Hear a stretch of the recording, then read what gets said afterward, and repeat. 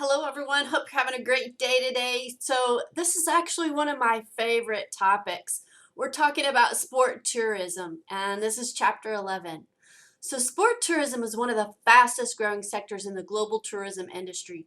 In 2014, there were 25, almost 26 million sport-related visitors in the United States who spent an estimated 8.96 billion US dollars. And researching event sport tourism, specifically world championships and multi-sport events. SportCal in 2016 found that 83 events generated more than 3 billion US dollars in direct economic impact across 38 countries and attracted over 2 million international tourists.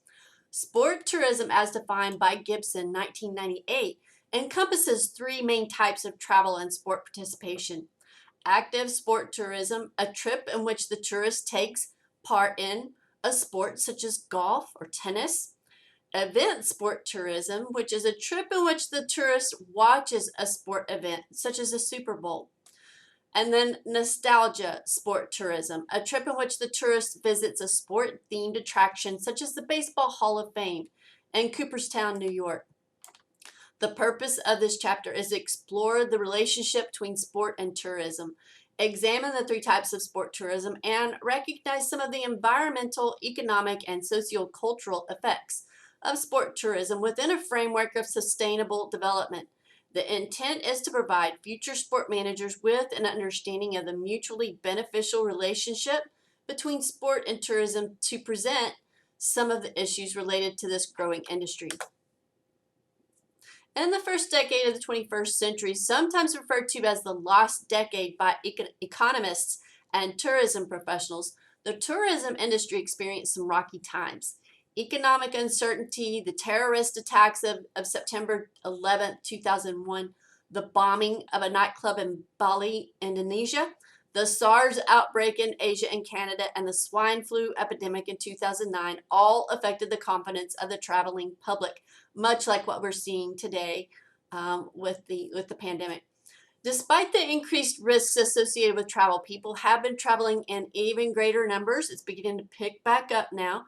In 2016, the World Tourism Organization reported that international tourism generated 1,220 billion and the number of US dollars, and the number of international visitors increased by 4.4% compared to the previous year. The enormous size of the tourism industry is partly attributed to the range of services and products associated with it, from airlines to rental cars, cruise ships to bus tours, campsites to five-star restaurants, and theme parks to national parks. Indeed, Goldner and Ritchie in 2011 proposed that conceptions of tourism must include four components. Number one, tourists. That's a given. Number two, businesses that provide goods and or services for tourists. And number three, the government and a tourist destination. Number four, the host community or the people who live in the tourist destination. The tourism industry encompasses a wide range of traveler types, including leisure travelers, business travelers, and those visiting friends and relatives. The sport tourist is one of many traveler types. There are three main types of sport tourism: active, event, and nostalgia, as we just talked about. And we'll cover each of these in this next section. Event sport tourism positions sport events as tourist attractions to the sport tourists who travel to watch them. And in recent decades, there has been a phenomenal increase in the number of events staged worldwide as cities and nations adopt event strategies to encourage economic growth. Towns and cities may choose to host sport events that draw spectators and sport tourists to combat seasonality and create or enhance their destination image. These events can range in size and scale from mega events such as the Olympic Games and the FIFA World Cup to major and hallmark events such as the Wimbledon Championships, Tour de France, and the Super Bowl. Regional events such as PGA golf tournaments and NCAA-sanctioned college sports or small-scale sport events such as amateur road races and the Senior Games. The competition among communities to host these events is intense because of perceived economic benefits from event patrons, sponsorship deals, and for the mega and major events, television rights. As community leaders have recognized the synergy between sport and tourism, they have increasingly looked to develop a destination image by hosting sport events to generate tourism. It is important, however, for destinations to choose sport events that complement their resource capabilities and existing tourism strategies. For example, some destinations may be able to handle mega events that draw international attention, whereas for others, small-scale sport events may be more appropriate. Increasingly, mega sporting events have become as much media spectacles as they have sporting competitions. The concept of destination image drives many communities to invest significant resources in hosting mega events. It is generally thought that the international media coverage associated with a mega event will increase awareness of the host city and lead to increased tourism in the years that follow. Active tourism is travel to take part in sport.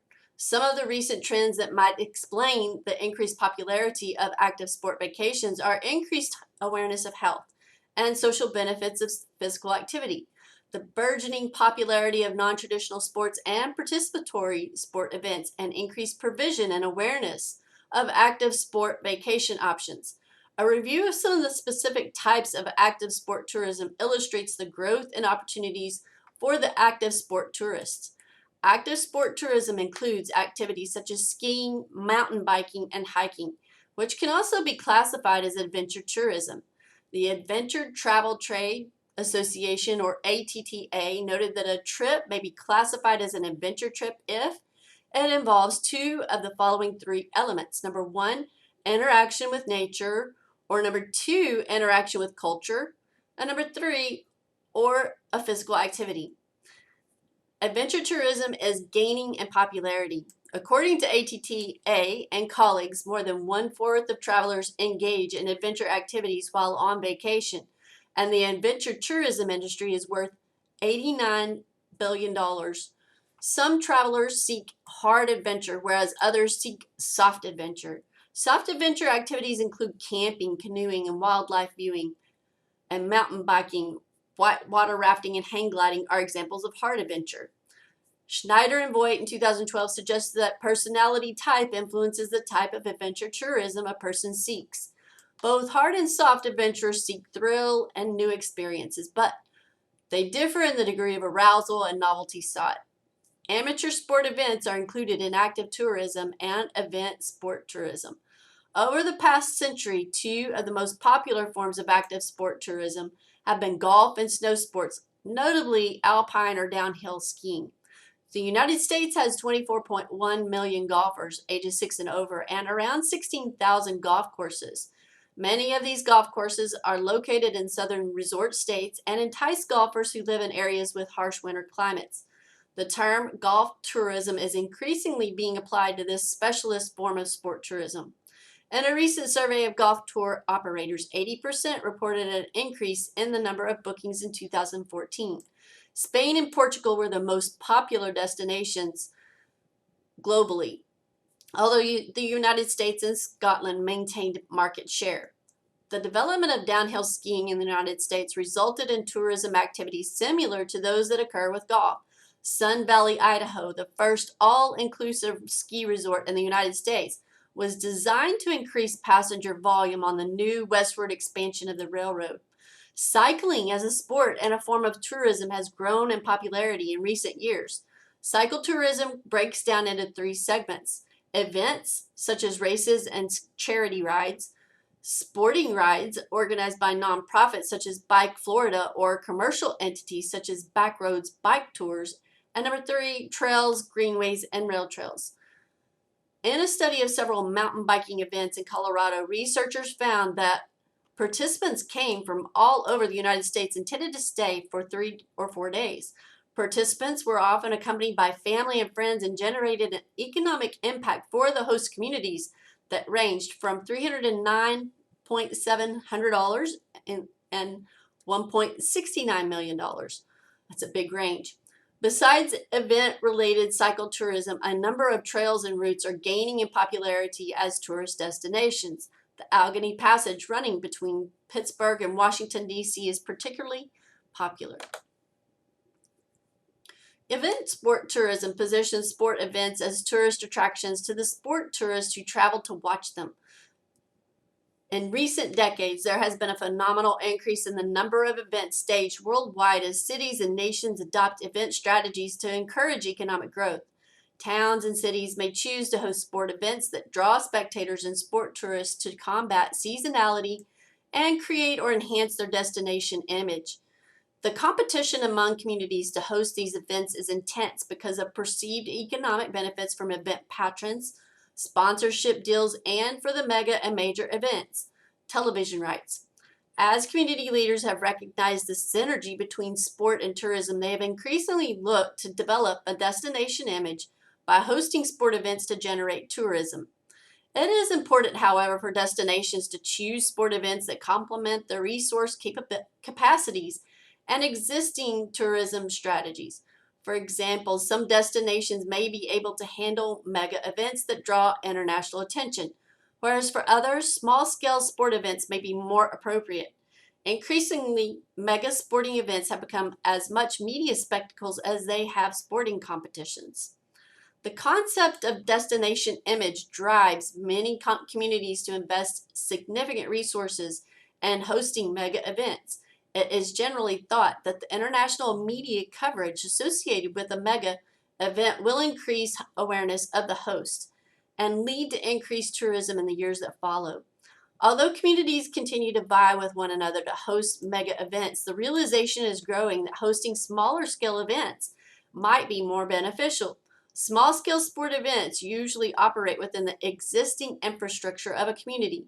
They require minimal investment of public money, are more manageable in terms of crowding and congestion, and may minimize the effects of seasonality for a destination. Many sport events around the United States fit the definition of a small-scale event, from professional and collegiate sports to amateur sport events that represent the crossover between active and event sport tourism, such as the Senior Games and Special Olympics. One form of small-scale sport tourism with much untapped potential is college sports. Despite the importance of a triple bottom line approach to mega sport event tourism, limited research has been carried out to understand resident perceptions of event impacts. In the context of the 2012 London Olympics and Paralympic Games, we conducted a study to investigate residents' perceptions of Olympic tourism development in Weymouth and Portland, both before and after the Games.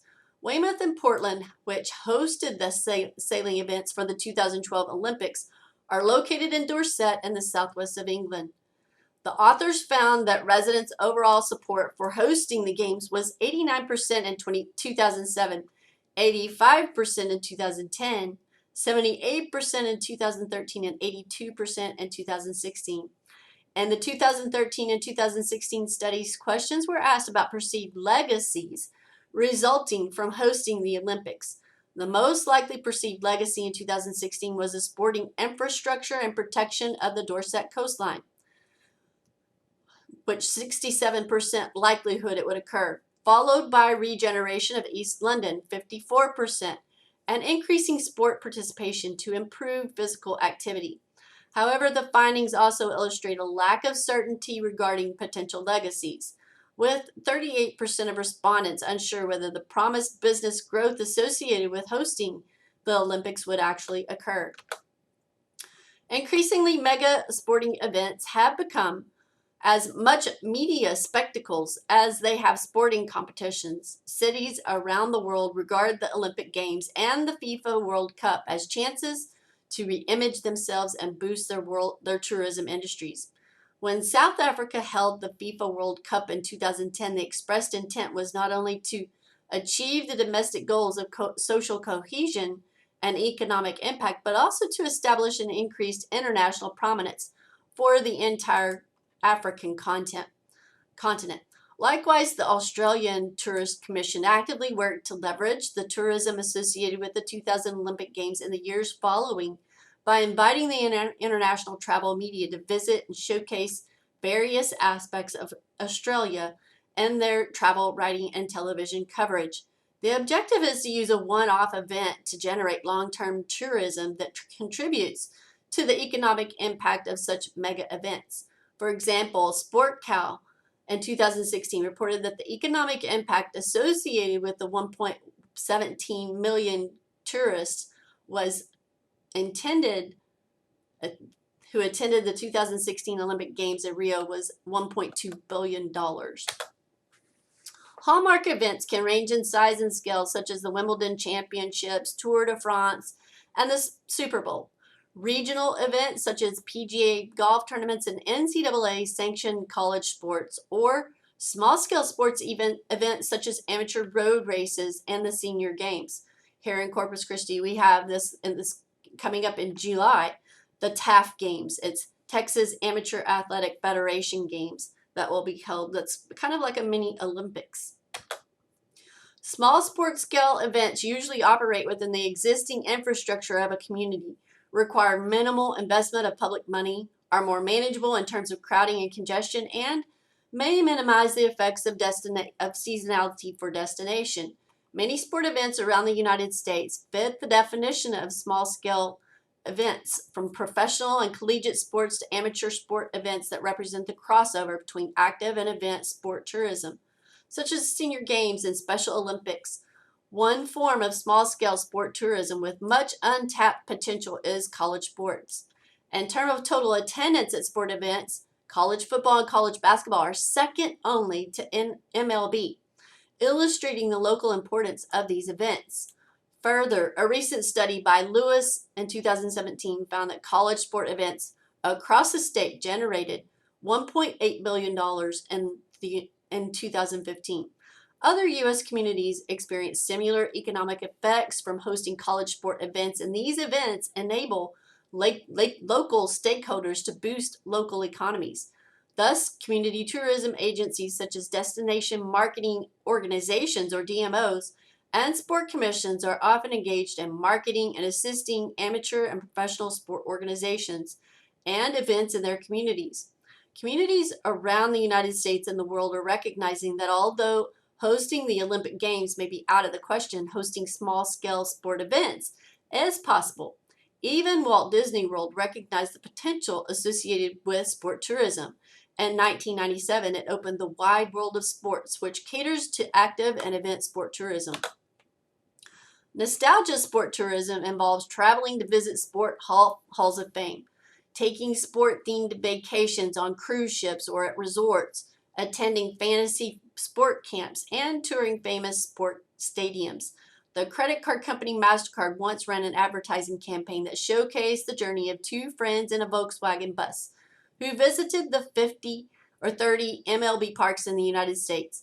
This type of trip for a nostalgia sport tourist might be regarded as a dream vacation and a once-in-a-lifetime trip. Other nostalgia sport vacations might be more commonplace and involve activities such as Cooperstown, home of the National Baseball Hall of Fame and Museum, or the LPGA Hall of Fame. Or here you see the Texas A&M University Hall of Fame, if you will. Walt Disney World in Orlando has become an important venue for sport tourism because it houses the ESPN Wide World of Sports complex. The area hosts about 350 professional and amateur events per year, and its world-class facilities for sports ranging from baseball and beach volleyball to basketball and gymnastics. The HP Fieldhouse, the indoor venue, has over 70,000 square feet of space for competitions and seating for 5,000 spectators. Similarly, the tennis complex has 10 clay courts and room for 1,000 spectators. Seating can be expanded to accommodate 7,500 people when hosting a professional event. The baseball stadium is the spring training venue for the Atlanta Braves. However, most of the sport events held at the ESPN Wide World of Sports complex are youth and adult amateur competitions. These include the Special Olympics, high school field hockey championships, AAU wrestling competitions, the annual Walt Disney World Marathon, and the Walgreens Orlando International Dragon Boat Festival. The strategy behind the ESPN Wide World of Sports complex is to use sport tourism to promote Walt Disney World's core product, the theme park. Athletes and spectators are actively encouraged to visit the parks during their stay. Theme park tickets are packaged with tournament fees and on-site hotel accommodations. The 2012 Olympic Summer Games were dubbed the first social media games. The ways people consumed information about the games were dramatically changed by extensive use of social media by official Olympic sources, the press, athletes, and spectators. Social media allowed spectators to share experiences, pictures, and even updates with others. Those at home had unprecedented access to real-time information through social media and to visitors' experiences and perceptions of the event host destination. One challenge for event organizers is that various social media platforms provide opportunities for the distribution and reception of negative information about sport events and host destinations. For example, social media related to the 2016 Rio Olympics raised concerns about security, transportation, poor event organization, and substandard conditions and athlete accommodations.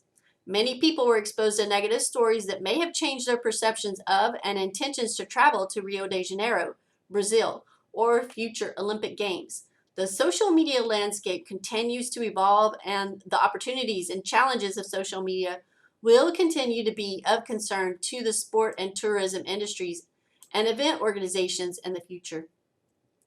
Over the past couple of decades, the concept of sustainability has become more commonplace. In general terms, sustainability involves taking the approach of balancing the needs of today with those of the future.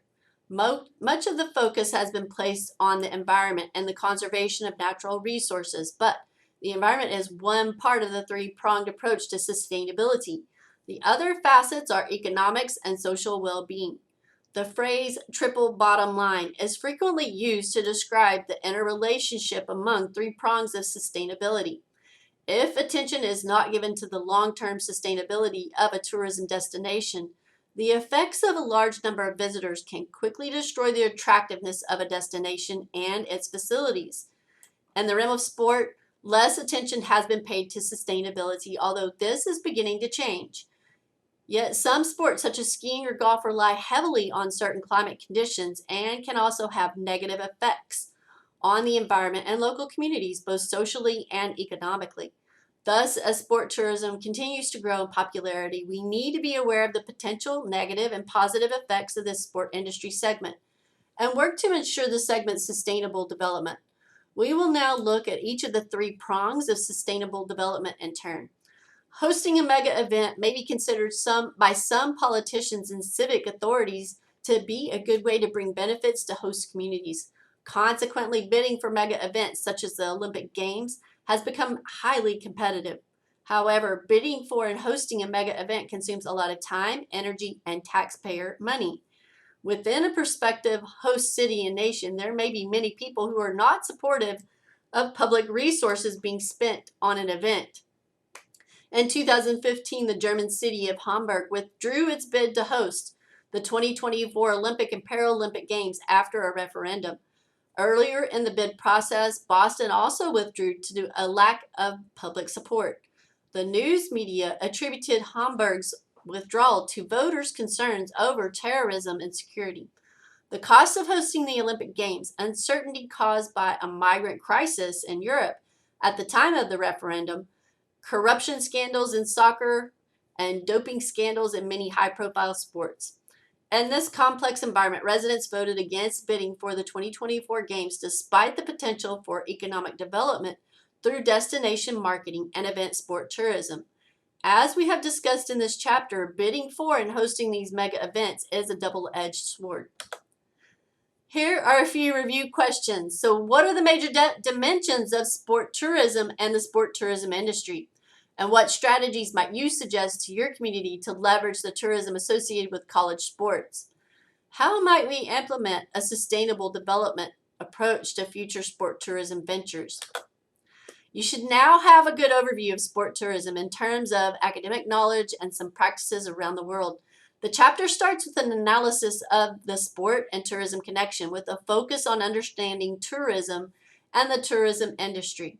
Tourism is the world's largest industry. It is composed of many segments including transportation, accommodations, attractions, and the government and non-governmental agencies responsible for planning, setting policy, and marketing.